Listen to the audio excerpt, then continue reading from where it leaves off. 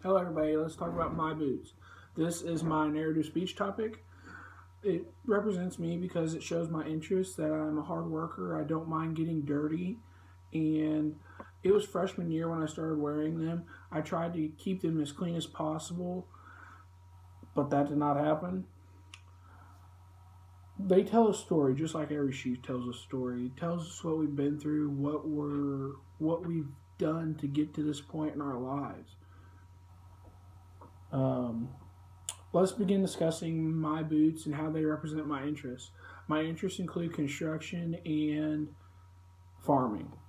I like to do construction. You can tell on my boots that they don't have any drywall dust on them right now, but they have a ton of mud. Mud comes with working on a construction site because there's dirt moving or there's dirt on a farm.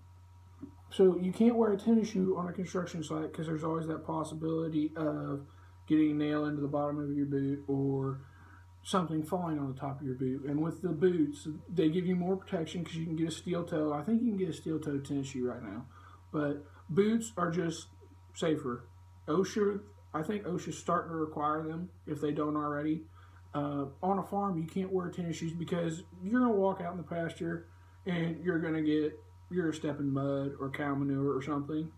And so you're going to have to wear boots or a type of footwear that is going to protect your foot from getting water and mud and dirt and all that nasty stuff that we don't want inside our shoes. It keeps bugs out too.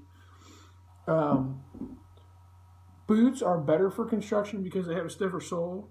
Um, there's also leather on top, so that gives you a little bit more protection.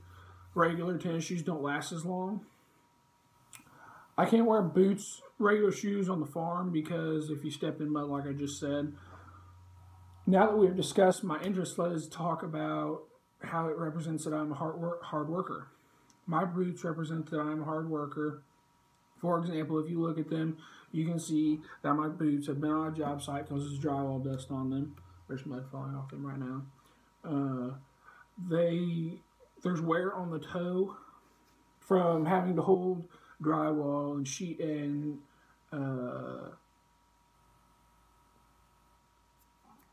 plywood and all that kind of stuff on your foot so then it doesn't break the bottom of the board. Like drywall is very brittle, and if you were to set it on the ground real hard or something, it would break the bottom of the board. I know the shoe's probably not the best fit, but it's better than it resting on the floor when you're about to throw it up there and hang it.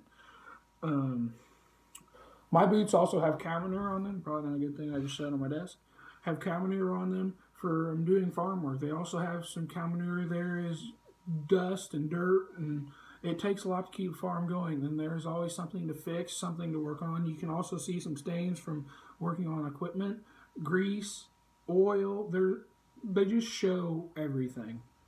Tennis shoes would absorb that, and it would go straight through, and it would be on your sock and inside your shoe, and it'd be gross. So let's transition to how it shows that I don't mind getting dirty. Well, evidently, you can tell I don't mind getting dirty. There's no way to get around it sometimes. Sometimes you have to get down and do things you don't particularly want to do, but that's a part of life. You have to, sometimes on a construction site, you're going to have to fire somebody that isn't performing to what you need them to perform. You know they can perform better than that, but they choose not to because they want to take the easy road out.